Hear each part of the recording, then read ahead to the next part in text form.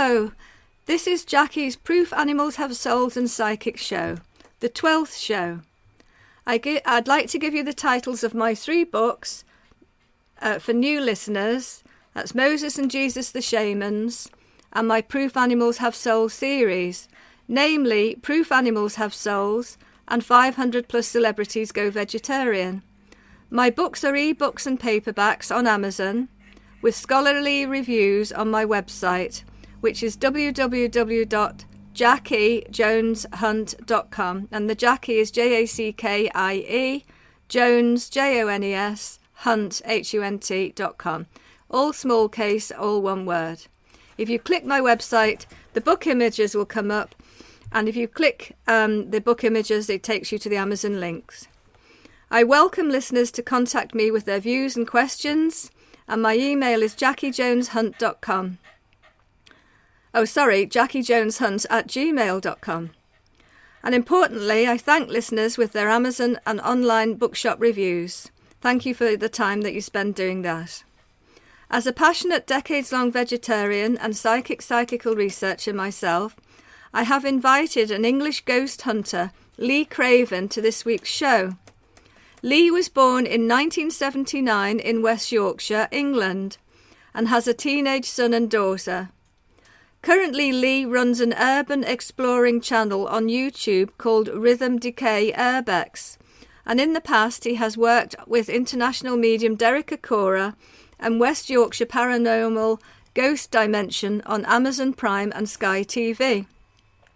I just want to add to listeners, we're sitting with a number of physically alive dogs who may want to chip in during the interview. We have, there's more than 6 dogs here, and they're all listening intently.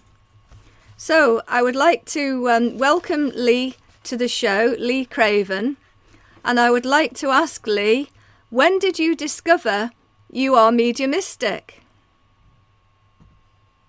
Hi, Jackie. It's a pleasure to be on.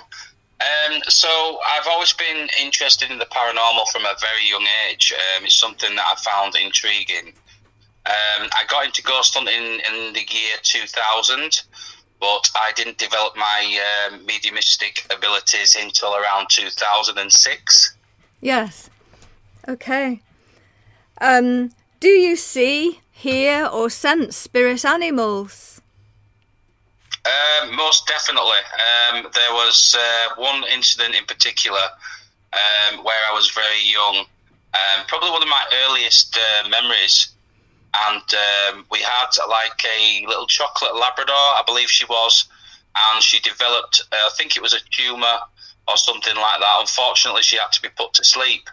Now, at my mum's house where I was at the time, the staircase used to go up and then bend around to the right-hand side, so we used to have this step in the corner that was wider than the rest of the stairs. Yes. That's where she used to sleep. Yes. As I came out of the bedroom that night, I walked forward and she was sat there as clear as day. I can see her now. She was literally just sat there in the corner of the step where she always slept. Now, the strange thing about that is she was actually put to sleep, unfortunately, about 3 o'clock in the afternoon. And this was about 8 o'clock at night. But being sort of half asleep and being young, I didn't think anything of it. I literally went back to bed. The next morning I woke up and I was absolutely gobsmacked by it. I was stunned that I'd seen the dog. And yes. That was one of my earliest memories. And that was as clear as day from what you were saying. And you mentioned that before the show as well. Yes. Yeah, very solid image as well. She was there looking right back at me as she was. Oh, that's beautiful. So she didn't want to go. She was wanting to stay in a normal place. And definitely. Okay.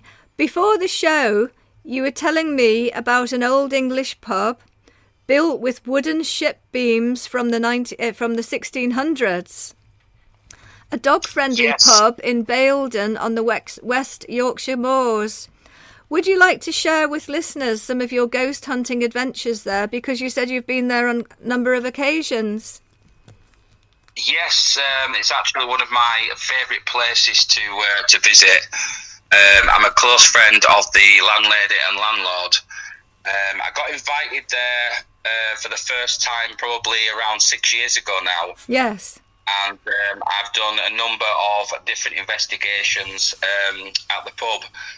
The beams at the pub actually date back to the 1600s, and we believe that the peg, there's like a wooden peg that's in the beams, Yes. and it's actually been dated back to the 1600s as coming from an old ship, we believe. Yes. Okay. But there's been many experiences at this pub. There is the spirit of a young child named Rose. Yes. She's quite playful. And then there's an older spirit there named Malcolm, who is kind of a grumpy old soul. He doesn't care for children very much, and he's the one that chases Rose around the pub, and a lot of things have been witnessed by not just the landlord and landlady and myself, but also people who visit the pub for a drink and a meal. Okay. And what do you think Rose died from, and how did Rose introduce herself to you? I believe she had consumption. Okay. Or TB, was something, something to do with that time. Yes. And I think her life was taken very prematurely and very suddenly. She is kind of in limbo.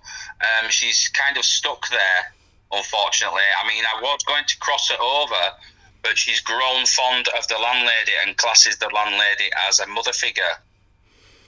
So whenever I see her, she shows herself in this... it's quite a grubby white dress, and she's so innocent, such an innocent spirit.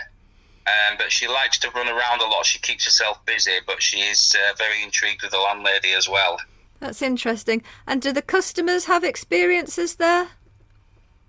The customers have had many experiences, especially around the toilet area. Some customers have had a meal. They've been drinking there, they've gone to the toilet, and they've literally felt so uneasy.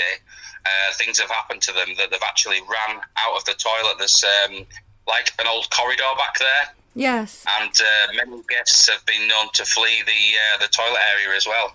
So these Rose and the grumpy old male spirit, what era would you say they were from, please? Rose is from around the 1800s. I would put her about between 1830 and 1840. Malcolm is a little bit more recent. I believe Malcolm was something to do with some stable lands that was there. I believe it was like an old farm at one point, and Malcolm was something to do with tending to the horses or something like that. I believe he's from the later 1800s, around 1880. Right, okay, thank you.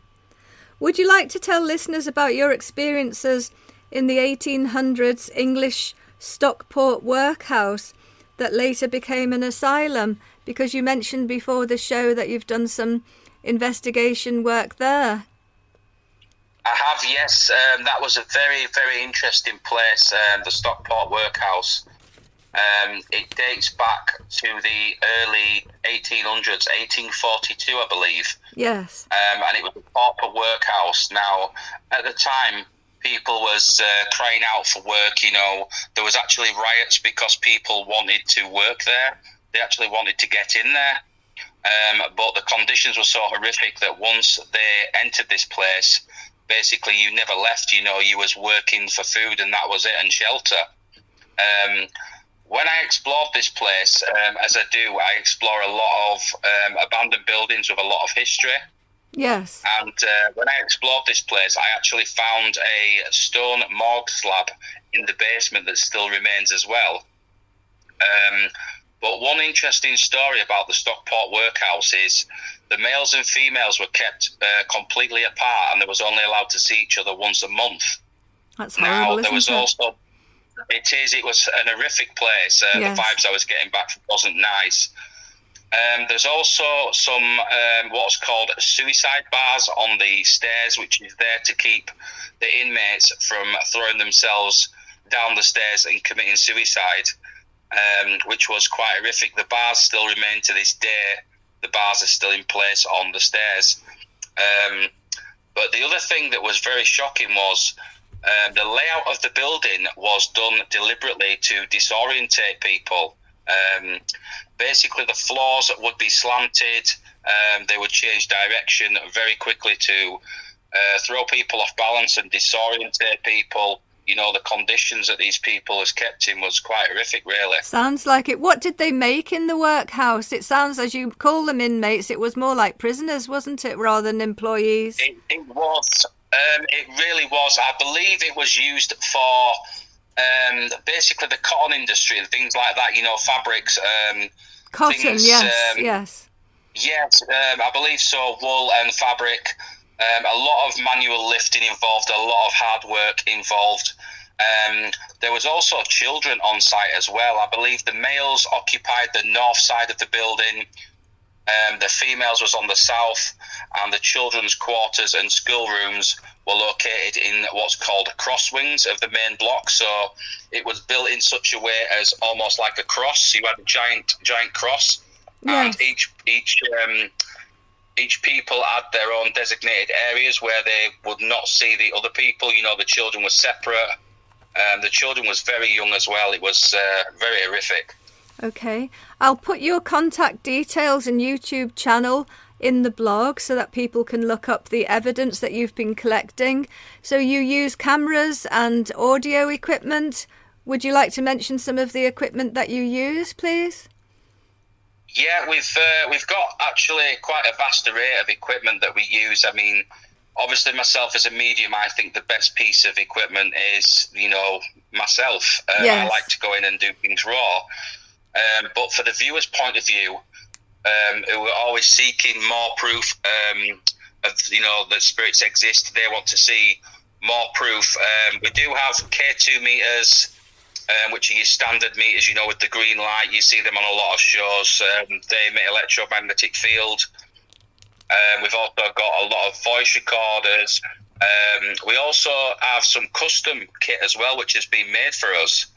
Yes. And it's quite a funny little piece of kit is this, but on my YouTube channel, you'll actually see it in action at the Old Glen House that we've previously been talking about. Yes. And this is a small little Ghostbusters car that was made for us.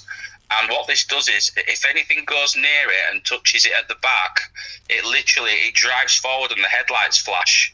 But on the top of it, it has also what's called a REM pod, so it's audible.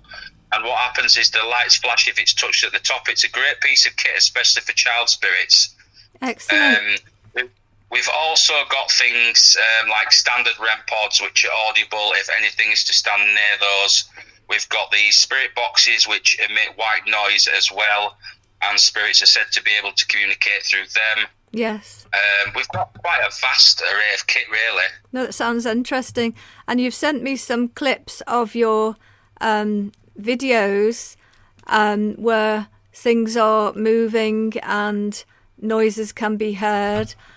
So I'm sure listeners will be very interested in having a look at your YouTube channel, which I will put into the blog for the end of the show.